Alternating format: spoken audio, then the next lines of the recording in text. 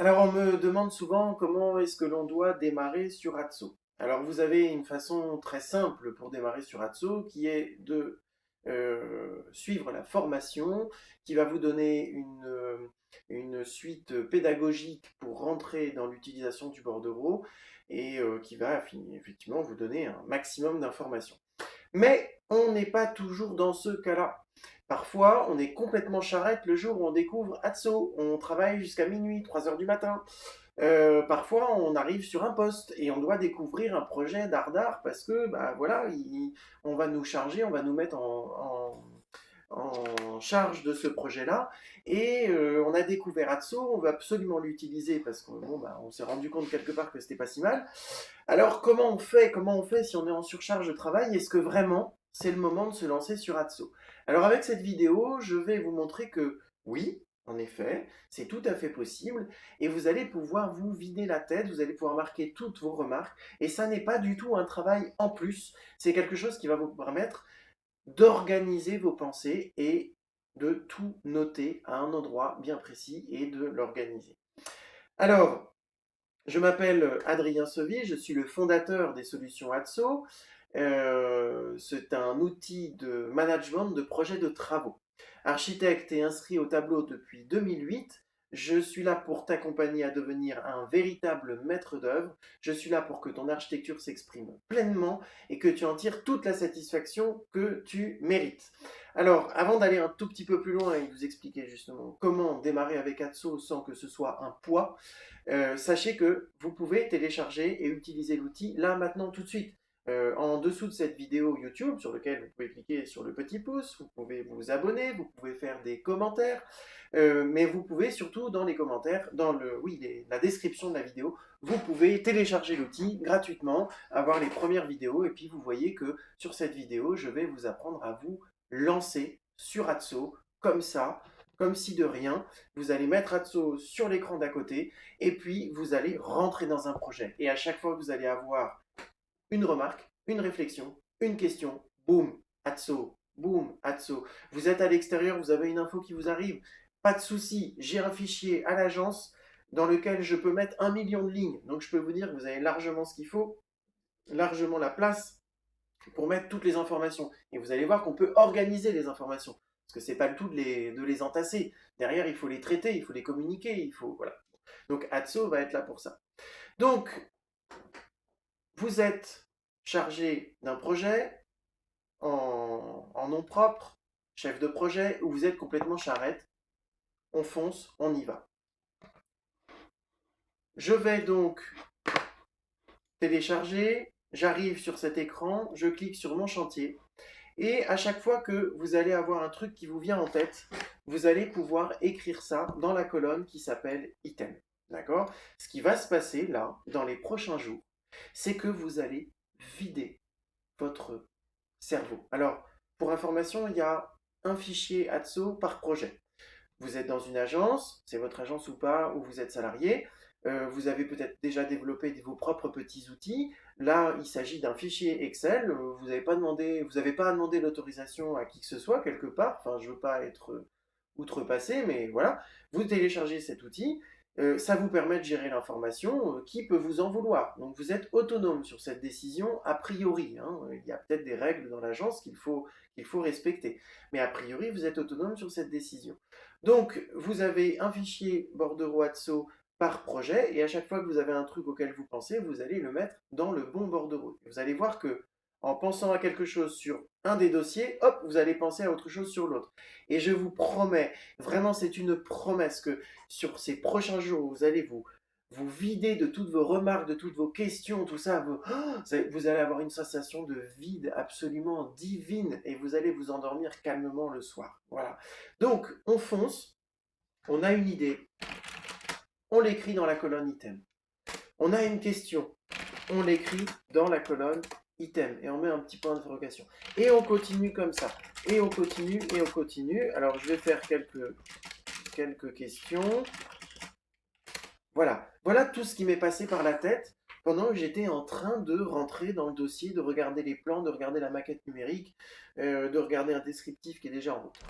Alors, il se trouve que chacune de ces remarques peut être lié à une localisation ou pas. Ça peut être, par exemple, l'huissier de justice, avant de démarrer le chantier, on fait appel à un huissier de justice pour que on fasse le référé préventif là, sur le trottoir dans les parties communes.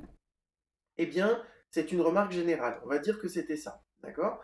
Donc ici, la localisation, c'est une localisation un petit peu virtuelle qui dit intervention globale. Voilà, ça ne touche pas à une pièce précise. Par contre, j'ai une question ici qui est très précise puisqu'il s'agit de je ne sais pas quoi dans la cave. Alors, je vais dans les localisations, je note bêtement, vous voyez qu'on n'a pas besoin d'avoir fait Polytechnique pour faire ce que je suis en train de faire, on est juste en train de se vider la tête. C'est le bâtiment, alors pour information, vous pouvez gérer différents bâtiments et différents niveaux. Donc on a la cave du bâtiment A au niveau 0, on a la nomenclature qui se crée ici.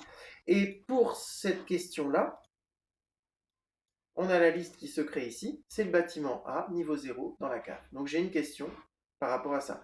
Et c'est une question un peu structurelle, donc là, dans la colonne topic en minuscule, je vais écrire structure, parce qu'en fait, fissure d'enduit, point d'interrogation. Est-ce que c'est une fissure d'enduit ou est-ce que c'est une vraie fissure? Voilà. Donc je marque ça. Et puis vous allez voir que dans cette quatrième colonne qui s'appelle RFD, on y vient plus tard, on va pouvoir catégoriser toutes les informations qu'on est en train de noter.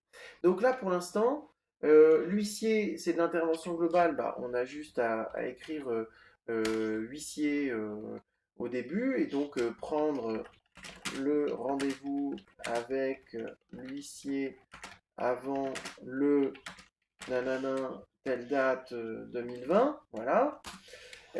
Ensuite, la fissure d'enduit. Ensuite, on apprend que monsieur mesure 1,90 m. Ah bah oui, mais quelque part, c'est important dans un projet de travaux. Parce que là, c'est par rapport au plan de travail. Plan de travail, non seulement de la cuisine. Bon, c'est pas grave s'il y a des fautes de frappe, mais aussi de la salle de bain. Donc, la cuisine, elle va être. Alors, les trois sont dans le bâtiment A. Vous n'êtes pas obligé de mettre un bâtiment, hein, là c'est vraiment pour l'exemple. Ensuite, la salle de bain, elle va être un niveau au-dessus. Je retourne dans mon chantier.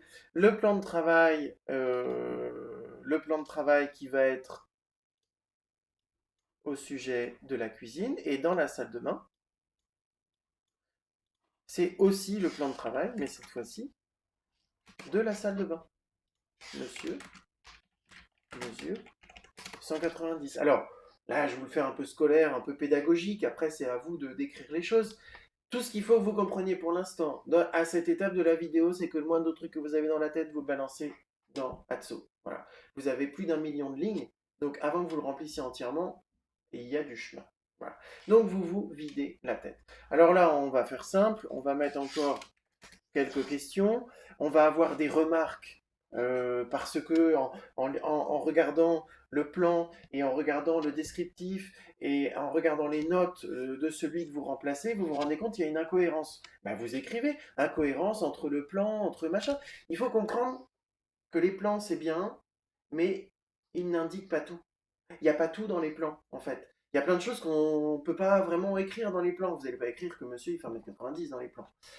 Voilà, c'est pas très, c'est pas très. Voilà, vous n'allez pas écrire que ils veulent absolument réutiliser la commode de la grande tante Michu. Voilà, c'est compliqué, mais c'est hyper important pour le client. Et cette commode, il faut les dimensions. Voilà, quelles sont les dimensions de la commode? Et ça, c'est une question qu'on pose à qui, à votre avis? Mais c'est pas moi qui vais avoir les réponses. C'est pas moi à 23 h ou en plein rush, en pleine journée, alors que je viens d'avoir ce truc-là. Ah oui, c'est vrai, j'ai pas la réponse tout de suite. Ça, c'est une notion qui est importante. J'ai une petite pause sur l'explication du fichier. Si ça vous plaît pas, vous avancez avec la flèche à droite sur YouTube. Je fais une petite pause. Souvent, on a tendance à vouloir répondre absolument aux questions tout de suite. On a tendance à se dire, mince, je viens de penser à un truc, mais comment on va... Détends-toi. Mais détends-toi. T'as pensé au truc, félicitations, c'est ça qu'on te demande. Écris-le, écris ce à quoi t'as pensé. Quelles sont les conséquences? Il y en aura. Mais la première chose qu'on te demande, c'est de les écrire et de les capitaliser. Le moindre truc que tu entends, tu peux le capitaliser dans cette chose-là. On pourra t'en vouloir de ne pas l'avoir écrit. On ne pourra pas t'en vouloir de ne pas avoir trouvé la solution, parce que je suis désolé, mais c'est pas parce qu'on a un diplôme architecte qui n'est pas du tout un diplôme de maîtrise d'œuvre, soit dit en passant, c'est pas parce qu'on a ce diplôme que d'un seul coup on a les réponses à tout. Ça, il faut se déculpabiliser par rapport à ça. Par contre, se poser des questions et ne pas les écrire, pour moi, c'est une faute professionnelle. Et jusque-là, vous aviez peut-être que les plans ou le descriptif. Le descriptif, on attend la fin de la fin pour lancer le descriptif. Et dans les plans, il y a plein d'informations qu'on ne sait pas où mettre. Même dans une maquette numérique ou un truc comme ça, il y a plein de choses, on ne sait pas où les mettre. Là, maintenant, vous avez Atso. Vous allez pouvoir vous vider la tête et dormir. Vous endormir tranquille le soir. C'est juste génial. Donc voilà, vous n'êtes pas tenu de répondre à toutes les questions que vous vous posez au moment où vous vous les posez. Simplement, notez-les, notez vos remarques.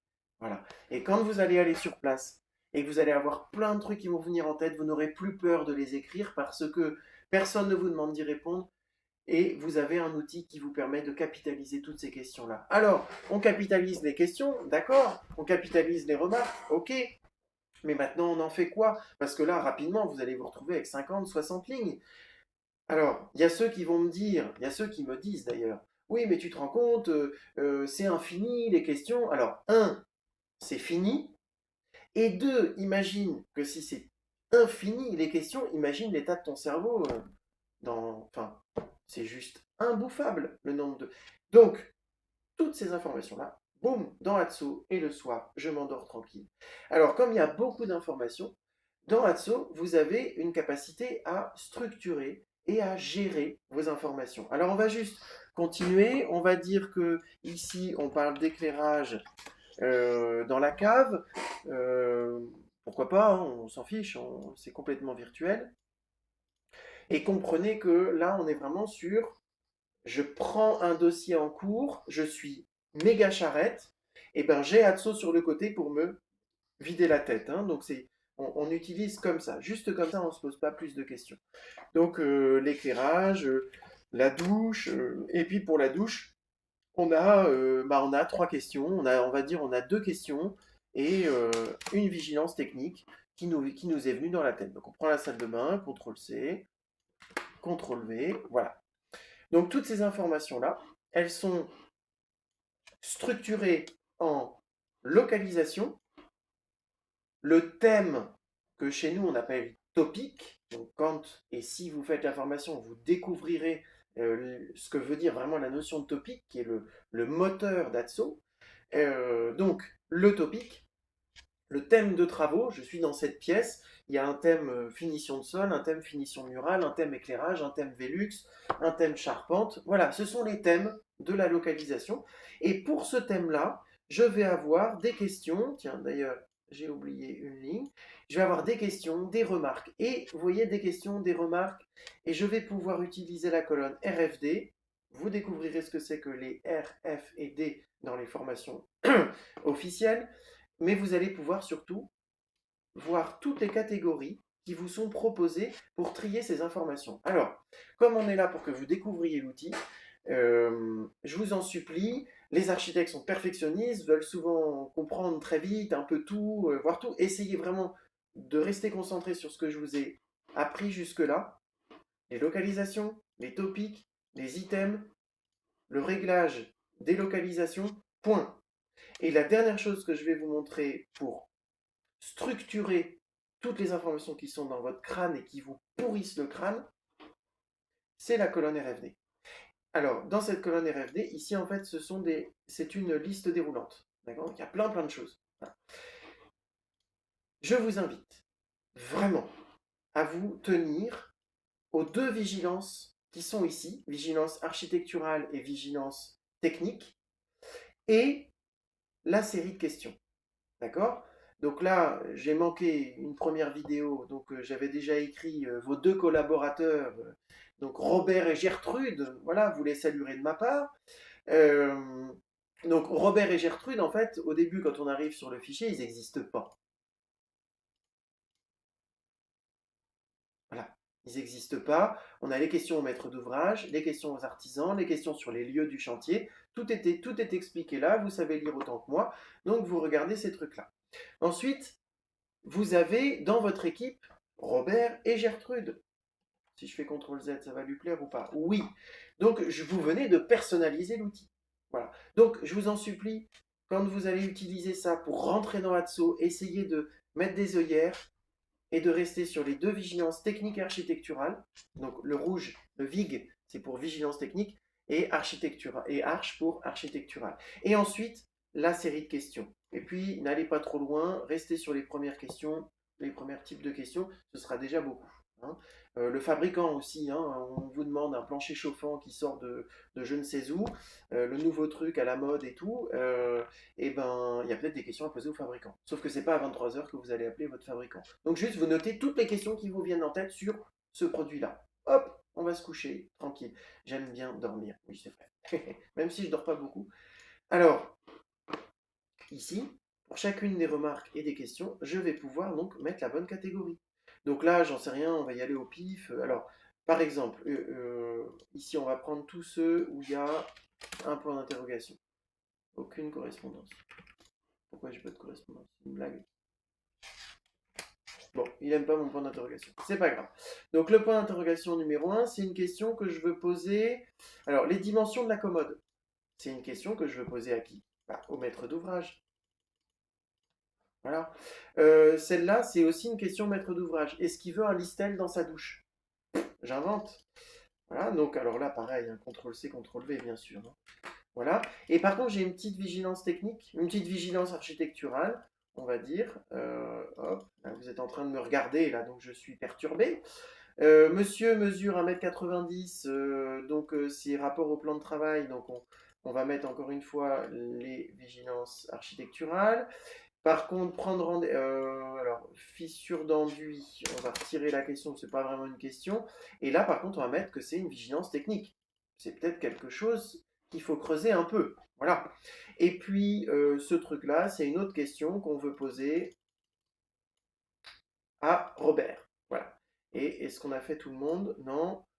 Et c'est Gertrude qui doit s'occuper de prendre rendez-vous avec l'huissier. Alors, vous avez aussi des tâches. Hein. Mais je vous ai dit, gardez des œillères. Vous voyez, même moi, je me fais embarquer par le système. Donc, restez bien cadré sur les quelques notions que je viens de vous apprendre. Localisation, topic, item, RFD. Et dans les RFD, vous restez concentré, je vous en supplie, sur vigilance technique, vigilance architecturale et les différentes catégories de questions. Alors, première façon, imaginez, vous avez 400 lignes, 500 lignes, on s'en fout. Au début, vous en aurez 30, 60 par projet. Et au fur et à mesure, vous allez construire votre projet. On fera peut-être une seconde vidéo pour aller un tout petit peu plus loin dans cette...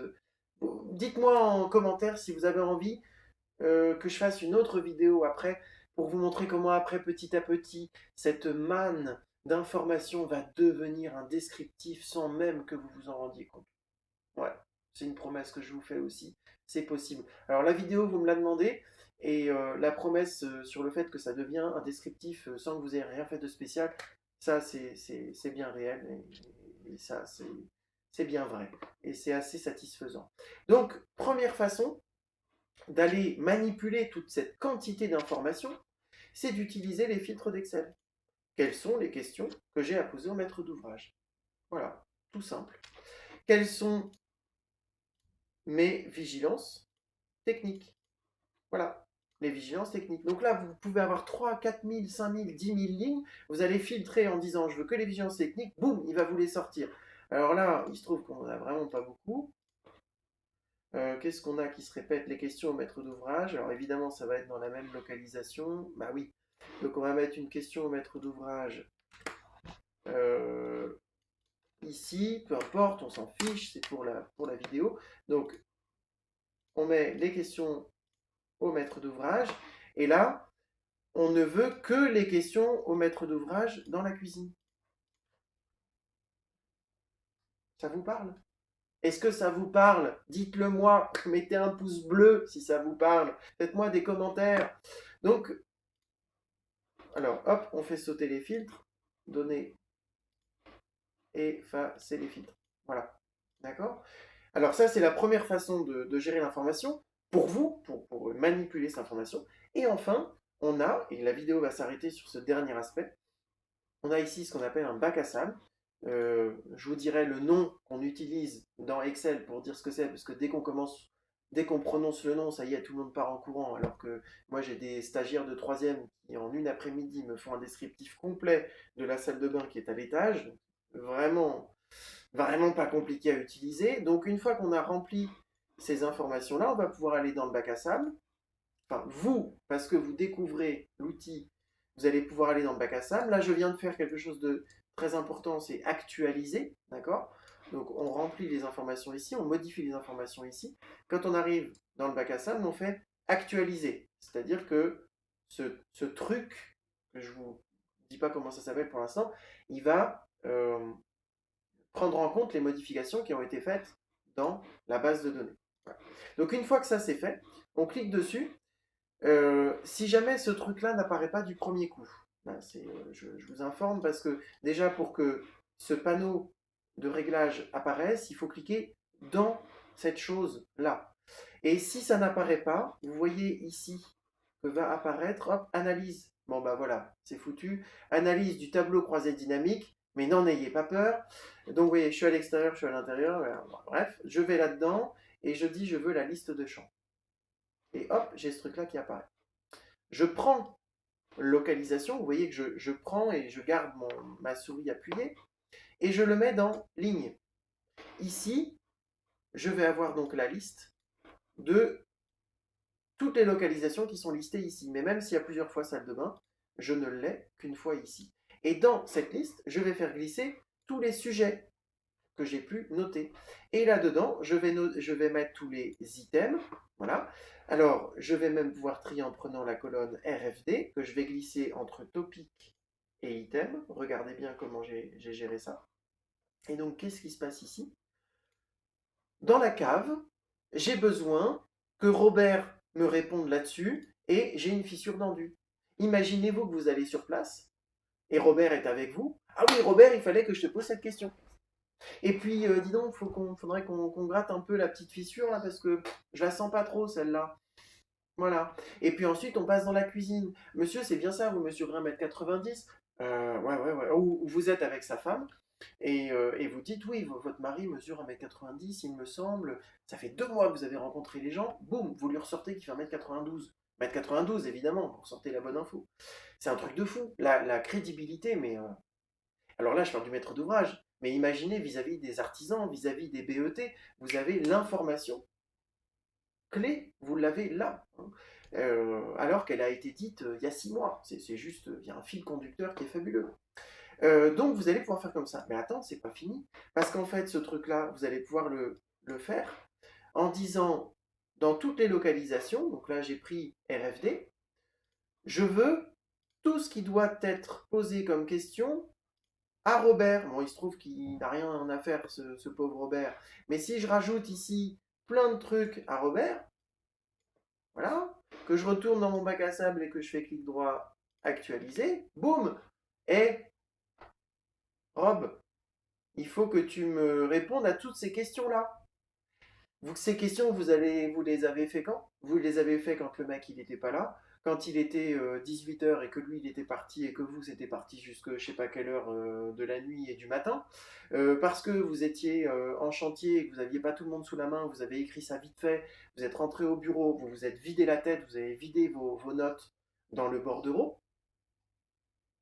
Voilà, je viens de vous donner tout ce qu'il faut pour que vous rentriez dans Atso, même si vous êtes complètement charrette, complètement sous l'eau. Alors, foncez, posez-nous des questions, abonnez-vous à la chaîne parce qu'il n'y a pas que ça.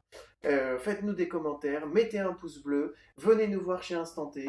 On a un groupe qui s'appelle Les Atsonautes sur Facebook, un groupe privé, donc réservé aux architectes. Répondez bien aux questions parce que sinon je ne vous accepterai pas. Voilà. Vous allez respirer. Et je vous souhaite, je vous envie de la découverte que vous allez faire en utilisant ce bordereau Atsu. Allez, à ciao, bonsoir. À ciao, bonne journée.